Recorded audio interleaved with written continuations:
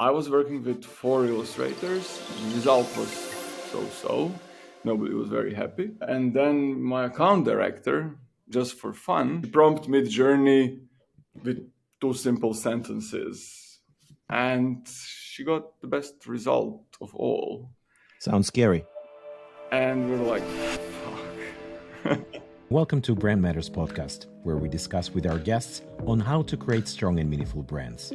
Today, I have with me Davor Bruketa, the owner and founder of Bruketa&Žinić&Grey agency, one of the most creative agencies that I know, and I'm really happy to have Davor. And the first question to you is, what is the secret behind your success? We're doing fine for 20 years now. I'm quite happy with the result. And when we started as a design studio, I didn't even dream that this is going to end up like this. So our ambition at that time was to become cool designers, full stop. But during the time, we learned that we are interested in more stuff than just design. But still, design is our strongest capability. And this 28 years, we've been trying this and that. Among other things, we had the factory of underwear, which Wow. famously didn't succeed. First, we started as designers, then we discovered the world of advertising, then we thought, oh, we want to do that shit. If you are a cool designer, you will do posters for theaters, or cool websites maybe. If you are in advertising, you will be on every billboard in town saying something. And you have not only economical influence, but also cultural influence. At that time, we were very much interested in that, and we still are. So we started to do advertising. Then we said, okay, we are an advertising agency, but we want to do more. We want to do branding. We want to do the whole thing. So we partnered with more skillful and more educated people than we were, and developing all these skills during the time, and somehow it worked well. For 13 years, you've been awarded every year as one of the best agencies, either independent agencies or regional agencies. You have multiple Emmys. I know you've won some recent awards. So what's the secret for you and your team to stay hot and be really demanded? And there's so many things that we didn't done in this business and that we want to succeed. There are so many things we want to try, and I believe as long as we still are hungry, trying new things, and thanks to technology and other things, there is so many opportunities to try new things every day in this business. So I don't know, as long as we are interested in all this new stuff that is coming, and there is a holy grail of our business, and I think we are closer than ever to that, is talking to people one-on-one, remembering who these people are, what they want, and to have personalized communication from brand to the person, like you're talking to the guy from the local shop that knows you well. And we were so inefficient in the past with technology that we had in market communications, that with AI, generative AI, I think we are finally getting to something that we saw maybe 3 decades ago that is coming, but this development was so slow. I thought it's going to be much faster. It lasts almost all my career. Finally, we are getting there. And maybe when we get there, we'll just say, okay, this is it. Thank you. Goodbye. I'm going to retirement. Or not. When we started this business, we were the first generation of designers that were using computers. It was the first half of the 90s. And I was in McCann in London for a student practice, and they didn't use computers at 1994. There was some computers, but in production department, the creatives didn't use computers at all. They were doing everything by hand, beautiful handwritten typographies and everything. And at that time, there was predictions of what is about to happen now. But I thought it's going to be much, much faster than it really happened. Now, finally, it's happening now, before my 50th birthday. With the new rise of generative AI, how do you see the role of creative business and the role of human creativity? Well, we did an experiment with one AI startup. We're developing brand character powered by AI. And we supposed to design the character, to create the character. And I was working with 4 illustrators. The result was so-so. Nobody was very happy. And then my account director, just for fun, prompted Midjourney with 2 simple sentences. And she got the best result of all. Sounds scary. And we're like, fuck. And then we thought, but okay, when you look at all the characters we developed, they look quite similar to something we have seen already. It's just normal because creators are always building on something that existed before, and gradually it gets changed. You can see that through art history, or we're always building on something. And then we said, okay, this thing that Midjourney created, but it still looks quite familiar. Maybe we can go one step further and build on what Midjourney did and change it and to make it more remarkable, more unique, more different from anything seen so far. So what I see now is that this is fantastic research tool that puts this data from the past together in very interesting combinations, but it's actually a quite fantastic foundation to build even more. So I think it's going to happen that we will have better foundations that we build on. Like, for example, in the 90s, before internet was what it is today, we used to travel to London every summer to buy design books to be up to date what is happening in design world. Then we got internet and it all has been accessible on push of a button, but still you have to go somewhere, you have to search, it takes some time. And before every design project we search, we call it design index. And then we learn what other people did on that matter, and then we build on that. So the same thing what generative AI is doing at the moment, it does the same, and it's fantastic foundation to go even further than we could before. Now we went one step further and to do something even more interesting. So for now, I see that as great help, as a kind of super advanced search tool, analysis tool, and something to build on. You know, the thing is developing so fast. 1 year ago, we tried Midjourney and we concluded this is shit. Visuals that are completely useless. 1 year later, it's something completely different. So I don't know how this is going to develop, but for now, it's fantastic search tool to build more interesting ideas and visuals. So if I try to summarize what you see right now, it's more a collaboration between the humans and the generative AI. And generative AI just speed up the process of generating different ideas on which later the creative people can evolve more. But at the same time, the speed of development of generative AI is so fast. And do you see any threat for smaller creative agencies or freelancers or design studios? Well, I think there will be, as always, new technology. When photography was invented, you had this painter making portraits. They were not really quality portraits, but it was the best that existed before photography. And when photography was invented, these people probably didn't have their business model anymore. For good people, there will be always something to do. And maybe our task will change. Maybe the production will change a lot, I think, especially when we will use generative AI in video production. That will be a huge step forward. And we still have a lot of challenges with IPs and so on.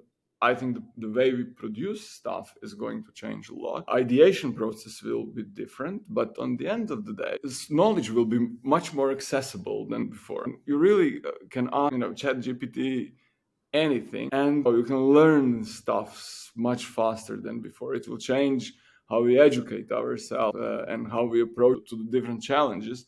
But I think that for the best people, the people who really think and invest in their capabilities, there will be always something to do. But we have to be fluent, we have to accept that things are changing and that we will have to change too. I'm not sure in which direction and how we are going to do that, but we saw so many changes in the past and people were always saying, oh, this is going to kill jobs.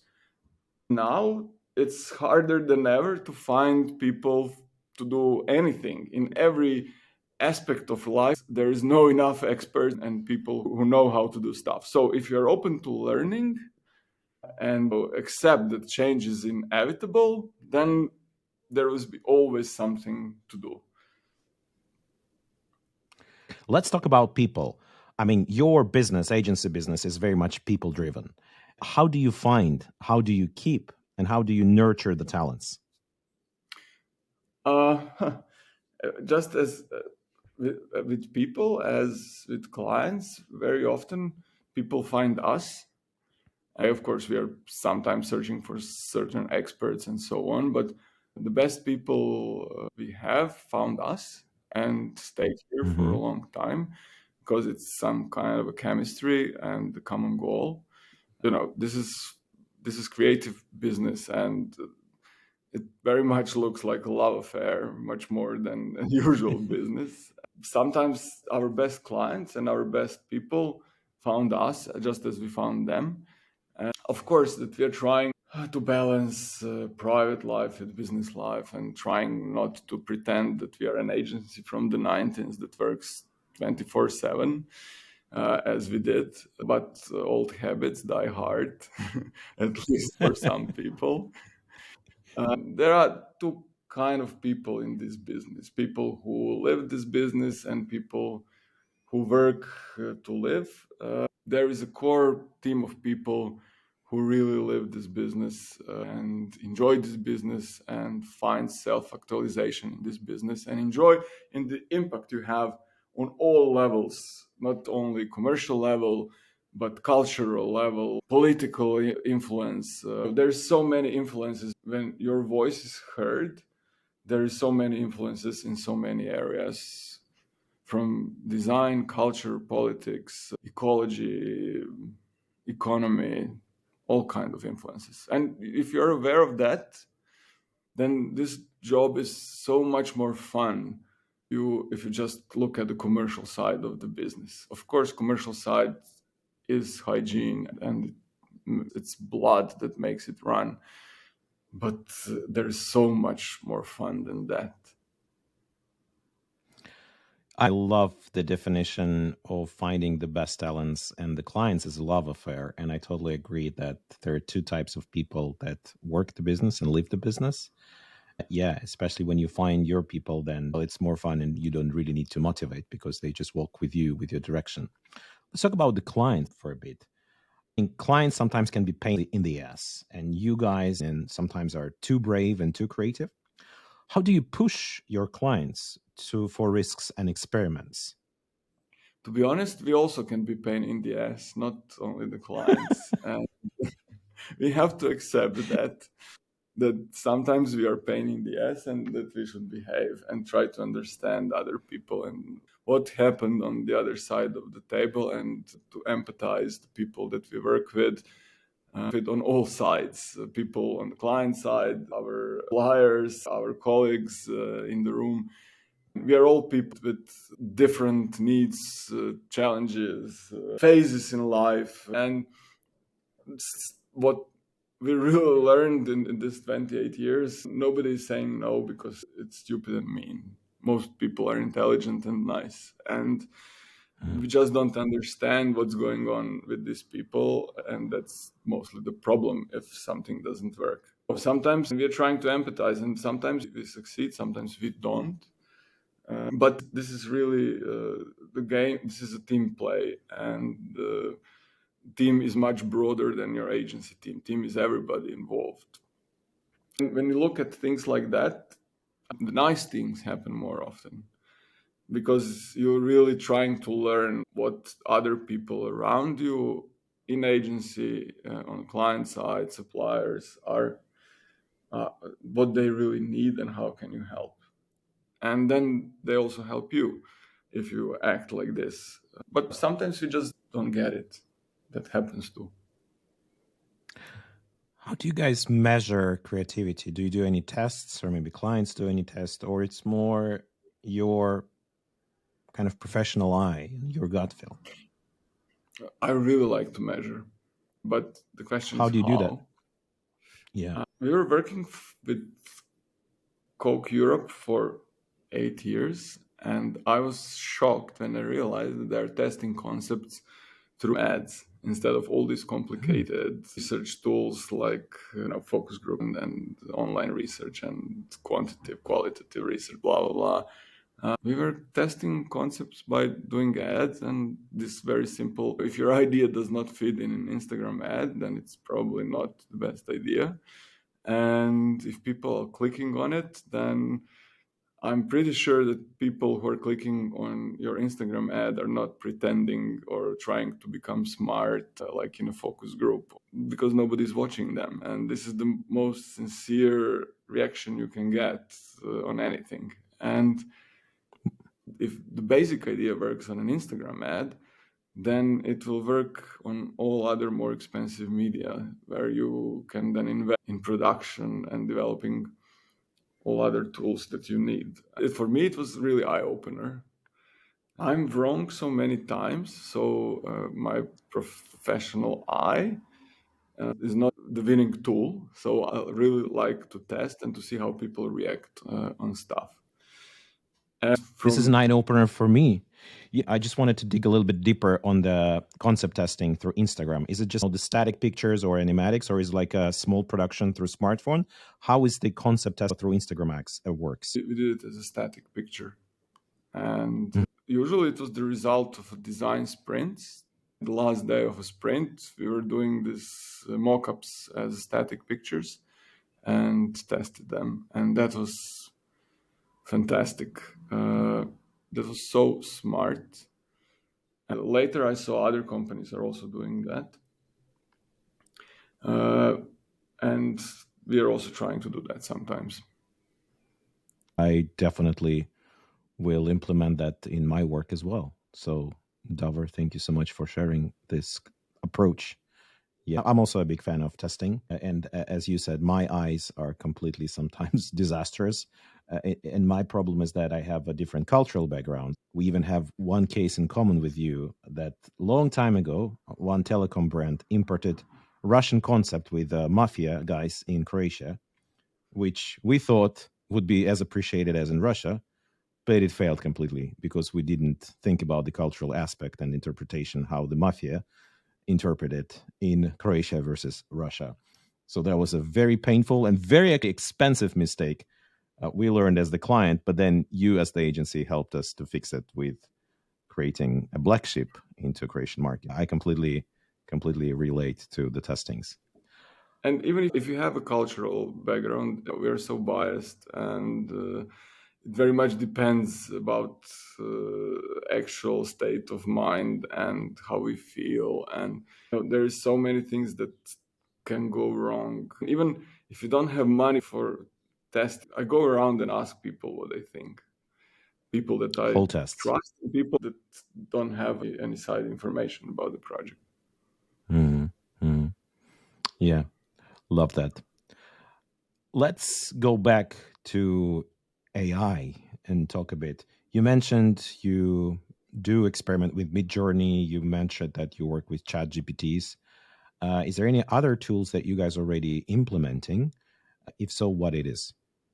We are testing more than 10 AI tools in production, in doing content for social. Now there is a flood of different tools that we are now testing to see how they really work. But what we found the most useful at this moment is ChatGPT and Midjourney and DALL-E. How do you use ChatGPT? Well, we ask anything from write me down the poem about this, or what would you do, from strategy to creating stuff. And it works really at the moment as a good foundation for real creativity. If you would make a job title for ChatGPT, what would it be? Would it be the advisor, creative strategist, the CEO? How would you name the role of ChatGPT in your team? Senior advisor, but not very reliable one. But still senior, right? I like that. I like that analogy. What do you see as the future of advertising and marketing? And how do you guys, how Bruketa&Žinić&Grey will change itself or position itself to stay ahead of the curve? It's really hard to say that the speed of the change is so fast. But what I'm really excited, as I said at the beginning, is developing these brand characters that are powered by AI that will be able to talk to people like this from a corner shop used to 100 years ago. And we'll know who these people are, what they want, what our previous conversation was with them. And finally, maybe we will get to the stage where we will not have to, or at least it will be in much smaller part of our business, to put these broad messages to everyone. I'm really looking forward to the time where I'm going to tell to my smart device, whatever this is going to be, hey, Adidas, do you have nice sneakers for me? And Adidas would say, but you broke your leg last summer. I hope you're not going to run. Uh, or you broke your knee. I hope you're not going to run. You should walk. Or so I give you sneakers for walking. And this conversation with brand will be much more intimate, and it will feel much more personal. I hope that it will be available on all my smart devices, and when Adidas will going to show me sneakers for me based on my previous choices and my taste, and it will show it on the nearest smart screen around me without big hassle, and I will have just a small device on my wrist, not this TV set that I'm carrying around now. There will be so many screens around me that can, if I say, show me on the nearest screen, and it will show me in right size. And we will see. It sounds exciting. I have no idea what our job in this world will be. I believe that, for example, now we are training these characters. We are more like storytellers than classical advertisers here. And we are playing God. We are creating a character that's human-like with all its human characteristics. It's very experimental at this phase. And we have real little clue how this is going to look like in a couple of years. But on the end of the day, there will always be packaging for oil and wine that somebody will have to I agree. Good point. Let's talk about the final part, the tips and tricks and advices to some younger people who might listen to us. So, what advice would you give to someone who is just starting in the creative industry today? Well, it's really hard to give smart advice. What I would do is, first of all, accept that things are changing and that change is inevitable and that you have to dive into it. I mean, you don't have to, but if you want to have a happy life, then just embrace it. The most important skill for the future is ability to learn and ability to adapt, as it always was in this world for all the species. But learning is really the key, because what is now is not going to be in a decade, not to mention in 100 years. What is the prediction how long this generation is going to live? When I was young, I really hated school, and for me learning was associated with some kind of a pain, and it took me a lot of time just to break that and to jump into the cold water with pleasure and enjoyment. And when you can do that, then it's fantastic, it's all fun. But if you block that and if you have hard time to learn, then it's not that fun. This really fast changing world around you. I think it's very, very important what everybody is saying, that you try to find something that excites you, because if this is not happening, then it can excite you on any level. And very often, because of our cultural background, we just don't do things that excite us. We do things that we were told that are right, which is the fantastic way to ruin your life. Wherever you find excitement, it can be something really socially unacceptable or culturally unacceptable, but don't lose that. It will be much easier to learn and adapt if the end goal or the journey itself excites you. Sounds like advice I mean, for a happy life, it's a very not just for being a original line. creative person. Yeah. How do you learn yourself, and where and how do you find inspirations? I learned the best from interesting people.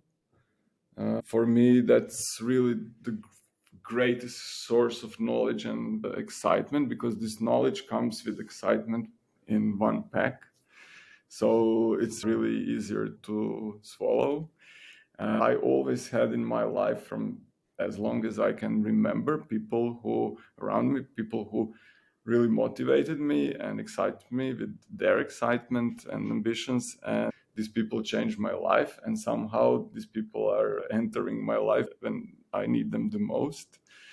I'm reading books, of course, and listening to podcasts like this one and stuff like that. But on the end of the day, the most important things that I learned from fantastic people that entered my life somehow, for God knows what. I didn't plan that. Sometimes because we are learned that something else is important, we miss these people in our lives. Davor, I loved it. I very much can relate to that. And I also can say that I love learning from people. And today I actually learned so much from you. So thank you so much for your time, for your openness, and for your creativity, and for the way how you experiment and stay young, hungry, and foolish. Thank you so much for being with us today. Thank you for having me.